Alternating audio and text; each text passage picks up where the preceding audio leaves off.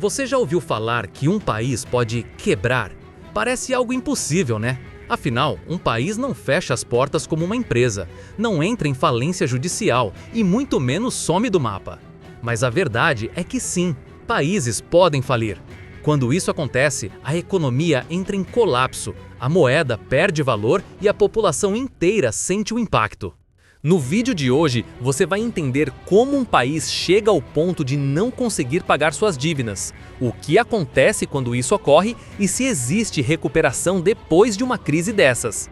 Para começar, é importante entender que um governo funciona de forma parecida com uma pessoa ou empresa quando o assunto é dinheiro. Ele arrecada impostos, mas também gasta, e muitas vezes gasta mais do que deveria. Quando isso acontece, o país precisa pegar dinheiro emprestado, emitindo o que chamamos de títulos públicos. Esses títulos são comprados por investidores, bancos e até outros países. Em troca, o governo promete devolver o valor com juros em uma data futura. O problema começa quando os gastos crescem demais, a arrecadação cai e o país precisa emitir cada vez mais títulos para se sustentar. Isso aumenta a dívida e, em algum momento, o mercado começa a desconfiar se o governo realmente vai conseguir pagar.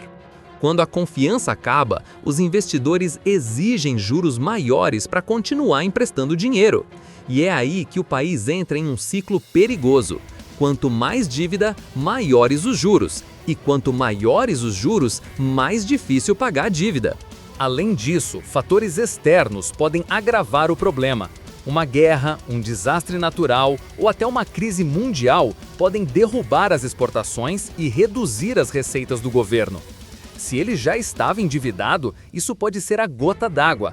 Quando o país simplesmente não tem mais como pagar o que deve, ele declara moratória, ou seja, dá um calote nos credores. E as consequências são sérias. A moeda local perde valor rapidamente, a inflação dispara, e o poder de compra da população despenca. Investidores fogem, o crédito some e o país enfrenta uma crise profunda. O governo, para tentar equilibrar as contas, corta gastos, aumenta impostos e, muitas vezes, precisa de ajuda internacional. Na história, vários países já passaram por isso. A Argentina, por exemplo, declarou moratória em 2001 e novamente em 2020. A Grécia, entre 2010 e 2015, precisou de resgates bilionários da União Europeia e do FMI para não quebrar completamente. A Rússia, em 1998, também não conseguiu pagar suas dívidas e viu sua moeda despencar. E a Venezuela, em 2017, parou de pagar credores e mergulhou numa hiperinflação que praticamente destruiu sua economia. Mas um detalhe importante, quando um país quebra, ele não desaparece. Diferente de uma empresa, ele continua existindo.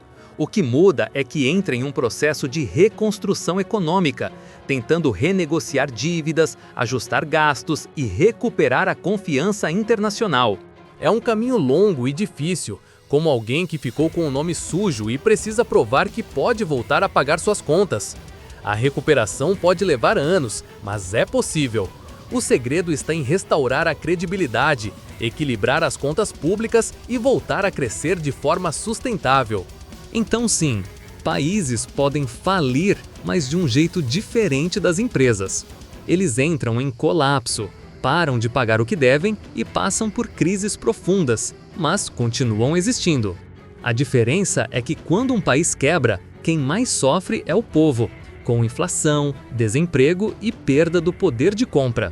Se você gostou desse vídeo e quer entender mais sobre como a economia realmente funciona, de um jeito simples e direto, não esquece de curtir o vídeo, se inscrever no canal Economia Entendida e ativar o sininho para não perder os próximos conteúdos. Aqui, a economia é explicada de um jeito que todo mundo entende.